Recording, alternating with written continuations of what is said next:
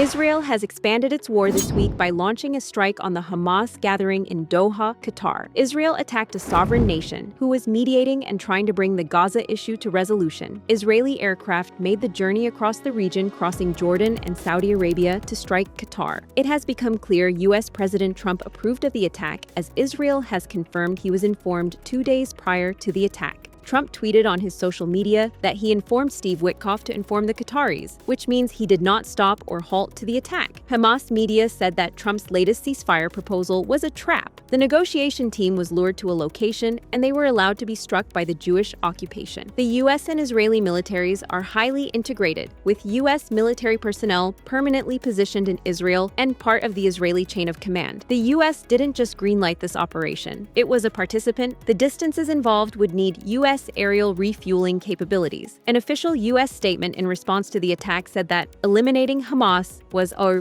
worthy goal. In other words, the U.S. not only completely failed to criticize the Israeli attack, even though it broke all rules and norms of the U.S.-established international rule-based order, but it indirectly even applauded it. The U.S. and Qatar have for decades been in an important diplomatic and military relationship, with Qatar housing the Al Udeid airbase in return for informal security guarantees. The attack indicates these agreements are worthless. It is worth noting the Saudis are currently looking for a NATO-like security guarantee from the U.S. The Europeans are also desperate to keep the U.S. military in Europe for now, as a form of protection. The attack by Israel has just shown what that protection is really worth.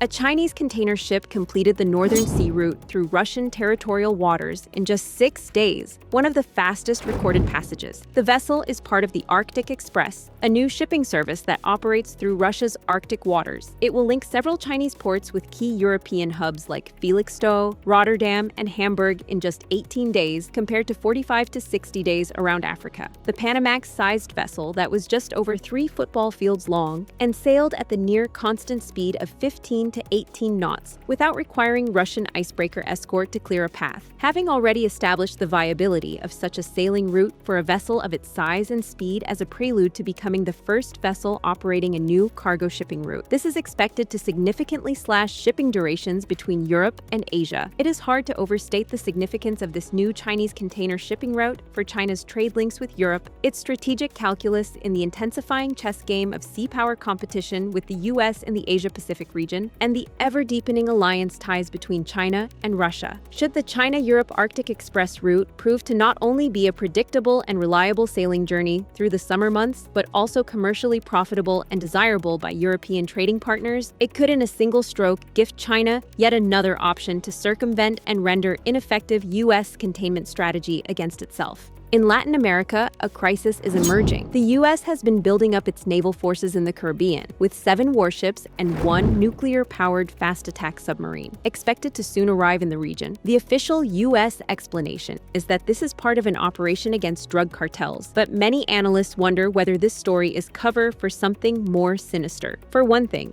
namely, most of the seaborne drug trade travels to the U.S. via the Pacific, not the Atlantic. For another, much of what arrives via the Caribbean comes on clandestine flights, not by ship. Venezuelan officials believe their government might be the real target. Venezuelan President Nicolas Maduro has said that the U.S. military buildup in the Caribbean is aimed at overthrowing his government, and that he and his country are ready to declare a republic in arms if attacked by U.S. forces. U.S. President Donald Trump's administration has accused Venezuela of close connections to an array of drug trafficking and criminal organizations throughout the region, claims for which it has thus far failed to offer any evidence. The U.S. forces in the region attacked a vessel off the shores of Venezuela on September 4th, killing what U.S. President called 11 narco-terrorists. Trump reiterated his disputed claim that Venezuelan leader Nicolas Maduro is the head of a Venezuelan cartel, a possible hint at his hopes the Venezuela operation ultimately brings new leadership to the oil-rich nation. Despite claiming to be an anti-war president, the U.S. president is walking straight into war.